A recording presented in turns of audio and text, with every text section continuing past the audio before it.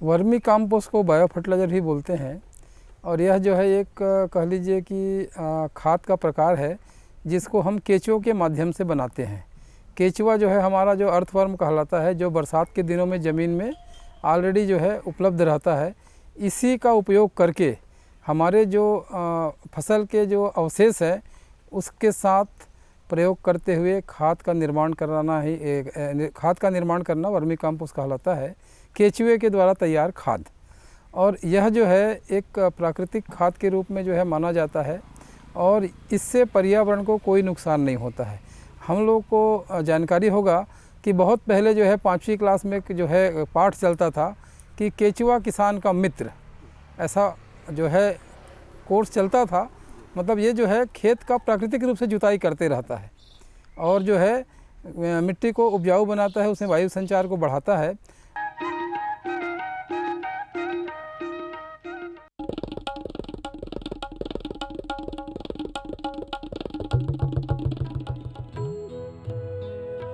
अम्मा जी, मैं चली स्कूल पढ़ने। स्कूल? पर शादी के वक्त तो तूने कहा था कि तू पढ़ी लिखी है। अरे अम्मा जी, फार्म स्कूल जा रही हूँ, खेती की नई नई बातें सीखने। आप भी चलो ना। फार्म स्कूल, जहाँ खेतों में पैदावार बढ़ाने की हर बात किसानों को सिखाई जाती है, जैसे मिट्टी के हिसाब से सही खाद, बढ़िया बीज और जरूरत के मुताबिक कीटनाशक, ताकि कम लागत में अधिक मुनाफा।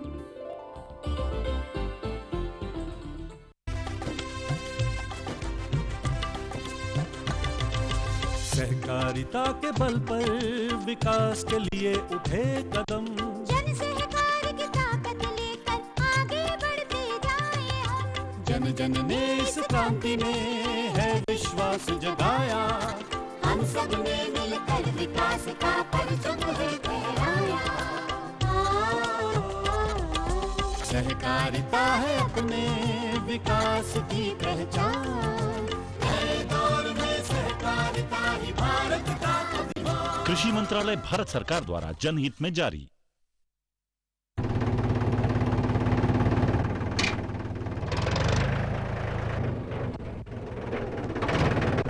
अरे हरकू वाह, बीज, कीटनाशक और आज खाद भी। अरे इतना खर्चा कहाँ से? अरे खर्च की चिंता किसे है, मेरे पास है ये किसान क्रेडिट कार्ड। कार्ड? अरे बैंकों द्वारा जारी इस कार्ड से किसान उसकी सीमा तक की रकम कभी भी बैंक से निकलवा सकता है और खेती बाड़ी की सामग्री कभी भी खरीद सकता है। तो हरकू भैया एक कार्ड मेरे लिए भी। किसान क्रेडिट कार्ड के लिए नजदीकी बैंक से संपर्क करें और पाएं ढेर सारे लाभ। गांव और शहर शहर में बात चली, राष्ट्रीय बागवानी मिशन की लहर चली। आसान हुआ अब फल फूल मसाले उगाना, नर्सरी लगाना और जैविक खेती अपनाना। अब हुआ तकनीकी प्रशिक्षण पाना आसान, विपणन के लिए भी है सहायता के प्रावधान। अधिक जानकारी के लिए जिला बागवानी अधिकारी या राज्य बागवानी निदेशक से संपर्क करें। राष्ट्रीय बागवानी मिशन, जीवन संवारे, खुशियां फैलाए।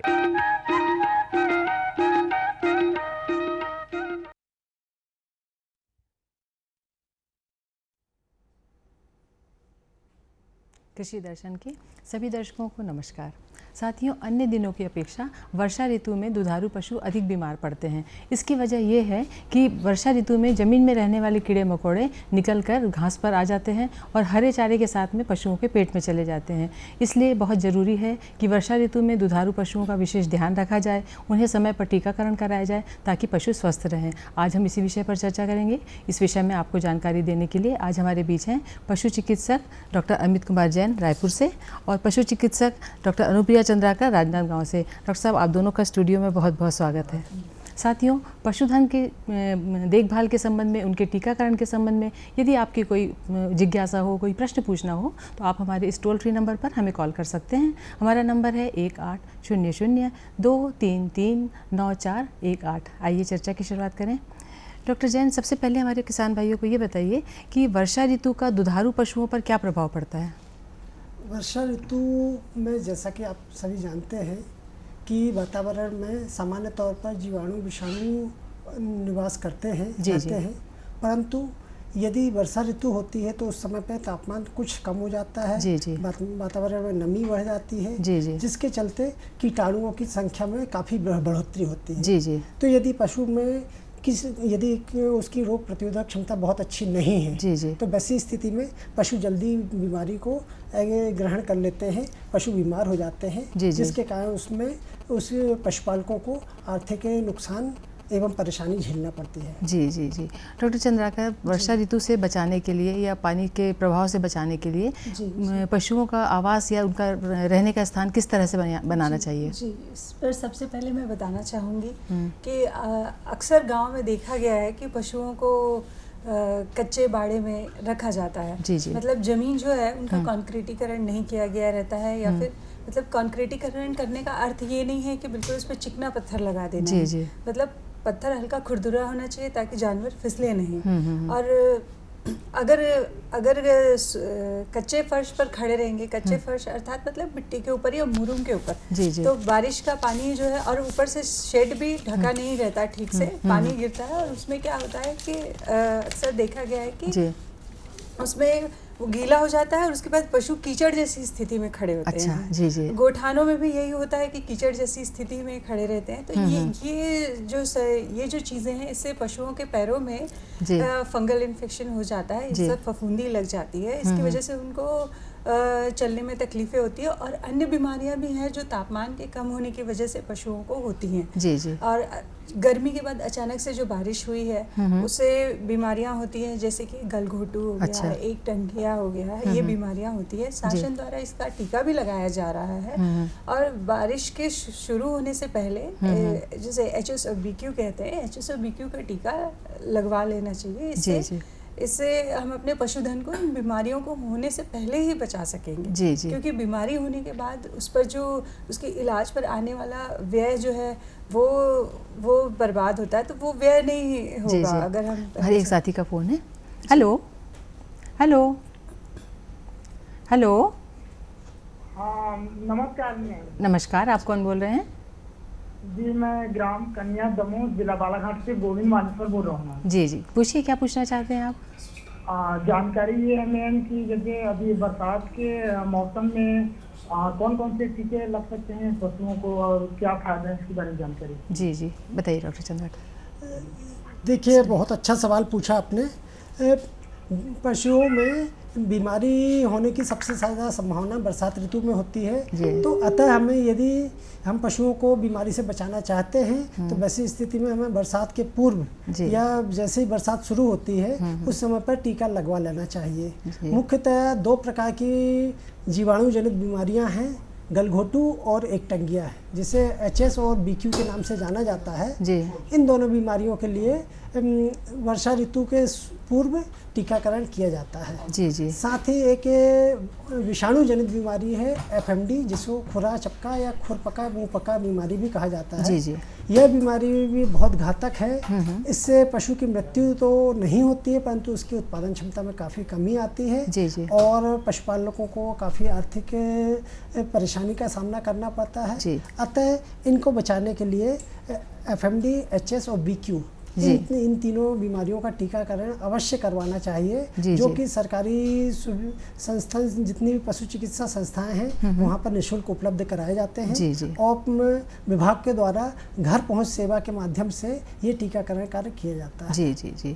डॉक्टर साहब, इसके पहले हम, इस प्रश्न के पहले हम चर्चा कर रहे थे कि पशुओं का शेड किस तरह से हो, उन्हें पानी के दलदल से किस तरह से बचाया जाए ताकि पशु स्वस्थ रहें। जी जी। पर सबसे पहले पशुओं के शेड बनाते समय सबसे पहले उसकी ढाल देखी जानी चाहिए कि ढाल ऐसा होना चाहिए कि पानी जो है पूरा नीचे उतर जाए। जी। और दूसरा चीज़ है, उसमें कहीं से भी छेद वगैरह नहीं होना चाहिए, क्योंकि उससे पानी जो है उसके रास्ते अंदर आ जाता है। जी।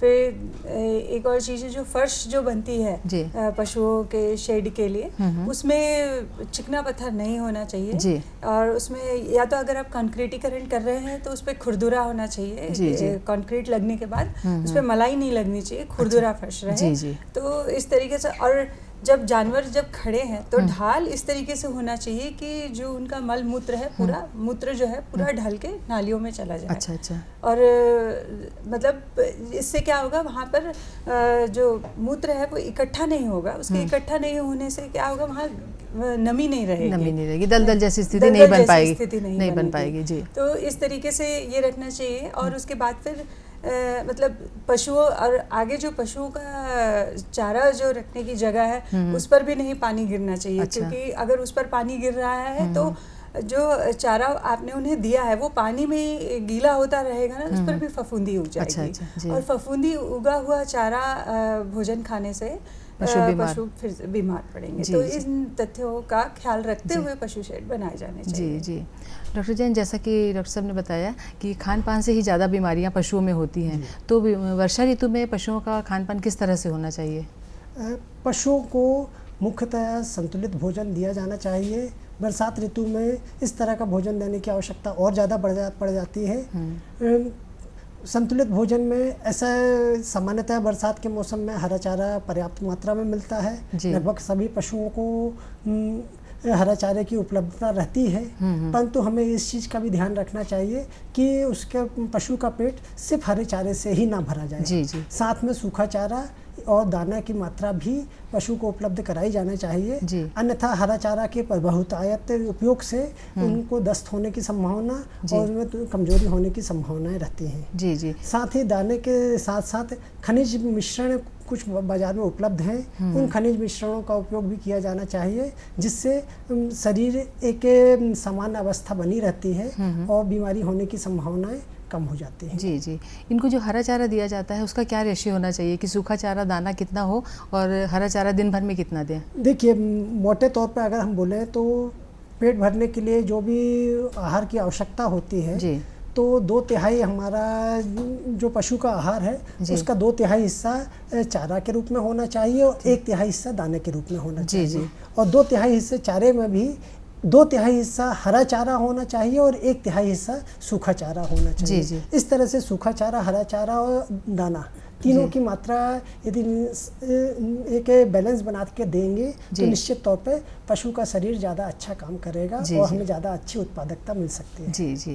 डॉक्टर चंद्राकर, कौन कौन सी बीमारियां हैं जिनका टीकाकरण इस समय करवाना चाहिए? जी, इसमें अभी शासन द्वारा FMD का CP कार्यक्रम भी चला जा रहा है। FMD मतलब खुरा चपका, उसका चलाया जा रहा है। और दूसरा है HS और BQ।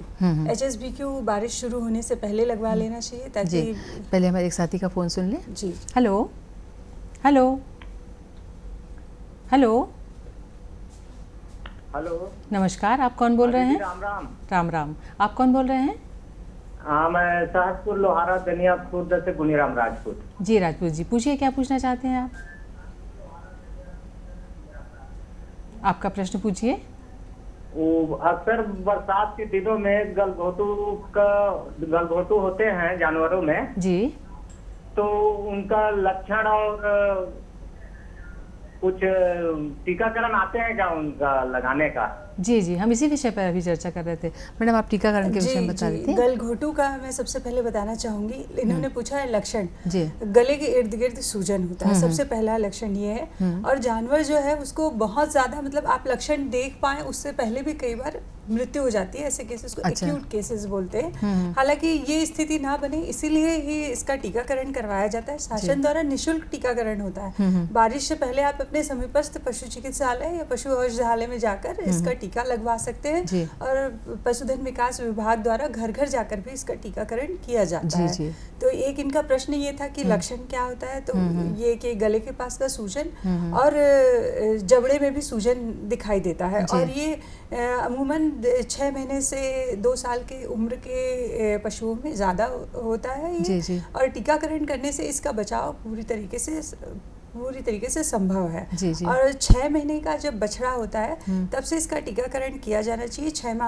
5 माह के बछड़े को पहले, फिर 1 महीने बाद उसका बूस्टर, ये पहली बार में, और उसके बाद फिर हर साल बारिश से पहले इसका टीकाकरण करवाना चाहिए। और इसके ये इन्होंने गलघोटू पूछा, पर मैं बताना चाहूंगी इसके साथ 1 टंगिया का भी टीकाकरण होता है, तो 1 टंगिया का भी टीकाकरण करवाना चाहिए। जी जी जी। तो इससे क्या है, ये दोनों बीमारियों से बचाव रहेगा। जी, जी। और एक और चीज़ देखने को ये भैंसों में इसका प्रकोप थोड़ा सा ज़्यादा है, पर ऐसा नहीं है कि ये गायों में नहीं होता या बकरियों में नहीं होता, उनमें भी होता है, पर भैंसों में इसका प्रकोप थोड़ा सा ज़्यादा देखा गया है। जी जी जी। डॉक्टर जैन, हम बात कर रहे थे हरे चारे की, तो हरा चारा इस समय वर्षा ऋतु में तो बहुतायत में होता है, तो किसान भाई इस हरे चारे को संरक्षित कैसे कर सकते हैं आने वाले सीजन के लिए?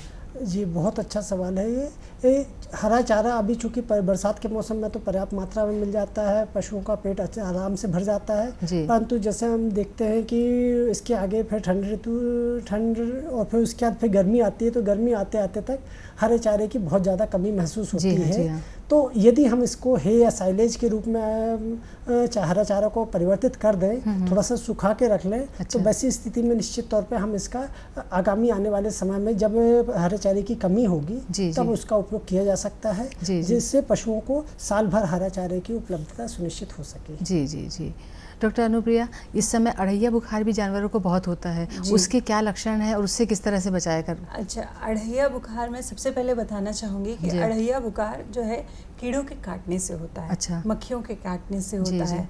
फिर उसमें उसका लक्षण ये है कि पशुओं में जो है लंगड़ाने की समस्या आपको दिखने लगेगी। अच्छा। और ये बैलों में और ज़्यादा होती है, और बैल जो है वो बारिश के मौसम में जो है किसान के खेती के कार्य में उपयोग होते हैं, इसलिए अढ़ैया बुखार जो ये भी एक बहुत बड़ी समस्या है। जी। तो एक तो पैर अचानक से अकड़ जाएगा और चलने की समस्या।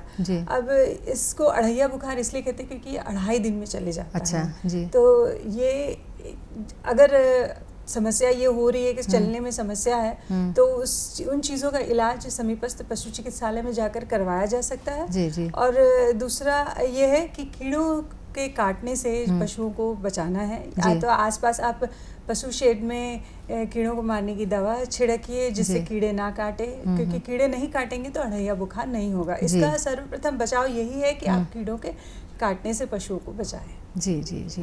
डॉक्टर जैन, इस समय में खुरपका और मुंहपका रोग भी बहुत होता है पशुओं में, उसके क्या लक्षण हैं और किसान भाई उसके लिए क्या उपाय कर सकते हैं पशुओं को बचाने के लिए? खुरपका मुंहपका रोग, जैसा कि मैं पहले भी बताया कि इससे मृत्यु तो काफ़ी कम होती है, परंतु ये जानवर की उत्पादक क्षमता को बहुत बुरी तरह से प्रभावित करता है। जी। तो यह एक विषाणु जनित बीमारी है जिसमें मुंह में और खुर में और दुधारू जानवर है तो उसके थन में छाले पड़ जाते हैं। ये छाले फूटने से फिर वो घाव में परिवर्तित होते हैं। तेज बुखार आता है, जानवर खाना पीना कम कर देता है, दूध उत्पादन क्षमता करने वाले पशुओं में दूध उत्पादन कम हो जाता है, चलने में तकलीफ होती है, इसलिए कृषि कार्य हेतु भी अनुपयोगी हो जाते हैं जानवर। तो इस तरह की ये परेशानियां होती हैं और इसकी कमजोरी जाने में काफ़ी लंबा समय लगता है, इलाज काफ़ी महंगा है। तो इसका सबसे, अगर खुरपका मुंहपका रोग से बचना है तो सबसे बेहतर उपाय टीकाकरण करवाना है।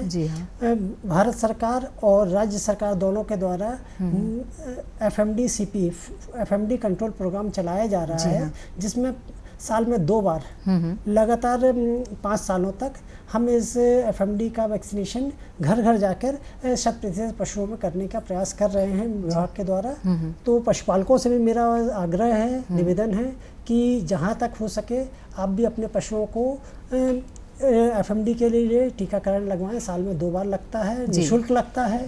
विभाग के द्वारा समय और तारीख बताकर उस गांव में जाया जाता है जहाँ पे उसका टीकाकरण कराया जाता है। तो सभी पशुपालक भाई उसका फायदा उठाएं और अपने जानवरों को टीकाकरण करवाएं ताकि इस तरह की बीमारी से बचा जा सके। हमारे एक साथी का फोन सुन लें। Hello hello hello Sinha ji, नमस्कार। नमस्कार जी, आप अपना परिचय दीजिए। पुरुषोत्तम निर्मलकर बोल रहा हूँ मैडम। जी, पूछिए क्या पूछना चाहते हैं आप? ये मवेशियों के बारे में थोड़ा जानकारी चाहिए था। जी बताइए, क्या चाहते हैं आप? ये मवेशियों के जीभ के अंदर जो बारीकी नस होता है उसमें खून जमावट होता है, तो मवेशी को बुखार वगैरह आते हैं, इसके लिए दवाई का जानकारी चाहिए था। जी जी जी, बताइए डॉक्टर जैन। जी, ये जीभ में जो नस फूल जाती है, नस में खून का जमा हो जाता है, तो इसको देसी रूप से कई बार पिन चुभ के उस नस को फोड़ दिया जाता है ताकि उसका खून बाहर निकल जाए, परंतु ये बहुत वैज्ञानिक तरीका तो नहीं है। यह मुख्यतः विटामिन बी कॉम्प्लेक्स की कमी के कारण होता है। यदि जानवर में विटामिन बी कॉम्प्लेक्स के इंजेक्शंस लगवा दिए जाए तो ये बीमारी होने की संभावना काफ़ी कम हो जाती है। जी जी। और जानवर पुनः खान पान पर सामान्य रूप से आ जाता है। जी जी जी। डॉक्टर अनुप्रिया, इस समय जानवरों में किडनी भी बहुत हो जाती है, तो किडनी से बचाने के लिए क्या करना चाहिए हमारे किसान भाइयों को? किडनी से बचाव का एक ही इलाज है जी कि इनकी जो दवा आती है, कीटनाशक दवाइयाँ आती है पशुओं में उपयोग के लिए जी, उसको सबसे पहले पशु शेड की दीवारों में छिड़कना चाहिए। और पशु शेड बनाते समय एक और चीज़ का ख्याल रखा जाना चाहिए कि पशु जहाँ तक चाट सकता है उस दूरी तक को चिकनी मलाई लगा कर रखना चाहिए। क्योंकि पोताई उस तक आपने अगर दवाई छिड़की है और वहाँ पे लग गए दवाई ये गया और पशु अगर उसे चाट ले तो उसमें जो है मतलब पॉइजनिंग के सिम्टम आने लग जाएंगे। तो इसलिए उस दूरी तक चिकनी मलाई लगी रहनी चाहिए और ऊपर जो है वहाँ चूना पुता होना चाहिए। और जिस जगह पर चूना पुता है आप वहाँ पर दवाइयों का छिड़काव कीजिए। ये एक तरीका है। और दूसरा है रेड और टैक्टिक करके भी दवाइयाँ आती हैं, वो आप समीपस्थ पशु चिकित्सालय में ही जाकर उनका मतलब उनसे लें। इस तरीके से खुद से उपयोग ना करें। जी जी। तो उन दवाइयों को पशुओं पे पहले छिड़का जाता है और उसके बाद फिर ये भी उस समय मुरक्का बंधा होना चाहिए ताकि वो वापस खुद को चाट ना ले और 1 घंटे बाद उनको नहला दिया जाना चाहिए। तो ये जो है किडनी से बचाव का एक तरीका है। और इसके इंजेक्शंस भी आते हैं, लेकिन मैं ये कहूँगी कि उसे पशु चिकित्सालय में जाकर लगवाया जाए। जी जी जी। डॉक्टर जैन, बारिश के समय में इसके अलावा और कौन कौन से फंगल इन्फेक्शन हो सकते हैं या और कौन से रोग हो सकते हैं पशुओं को? बारिश के समय में जैसा कि आपने पहले ही बताया था कि हरा चारा बहुतायत में मिलता है, हरा चारा का उपयोग करते हैं। तो हरे चारे के साथ साथ बहुत सारे कृमि भी घासों में उपस्थित रहते हैं और जब जानवर वो चारा खाता है तो वो कृमि के अंडे पशुओं के पेट में चले जाते हैं जो बाद में कृमि के रूप में पनपते हैं और जानवर को कमज़ोर करने में बहुत महत्वपूर्ण भूमिका निभाते हैं। तो ऐसी स्थिति में हमें कृमिनाशक दवा का उपयोग हर 3 से 4 महीने में एक बार करना चाहिए और विशेषकर बरसात के पूर्व जी हाँ हमें कृमिनाशक दवा का उपयोग करना चाहिए ताकि जानवरों को इन कृमियों के दुष्प्रभाव से बचाया जा सके। जी जी जी। तो मुख्यतः यही रहता है और उसके अलावा साफ सफाई का विशेष ध्यान रखना चाहिए। जी हाँ।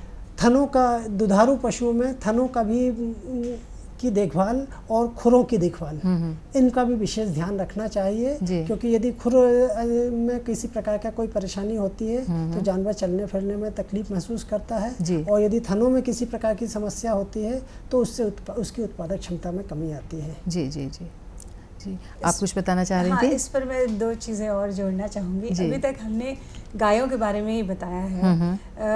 मैं इस पर टीकाकरण का महत्व जितना गायों के लिए है उतना ही बकरियों के लिए भी है। तो ये HS और BQ का जो टीका है, FMD का टीका है, ये बकरियों को भी लगाया जाना चाहिए। और बारिश में बकरियों में एंट्रोटॉक्सीमिया करके हम बीमारी कहते हैं जिसे गाँव में आम बोलचाल भाषा में हरा चारा की ज़्यादा हरा चारा ज़्यादा खाने से होने वाला दस्त है। तो इसका भी टीका शासन के द्वारा लगवाया जाता है बकरियों में। फिर एक PPR का टीका होता है, उसे जब मेमना 3 महीने का होता है तब से लगाया जाना चाहिए। और एंट्रोटॉक्सीमिया का टीका लगाना चाहिए। और एक एंथ्रेक्स का टीका होता है, हालांकि वो तभी लगाया जाता है जब उस क्षेत्र में एंथ्रेक्स की बीमारी है, उन परिस्थितियों में टीका लगाया जाता है। तो ये तो बकरियों की बात हो गई। और दूसरा मैं बताना चाहूँगी मुर्गियों के लिए।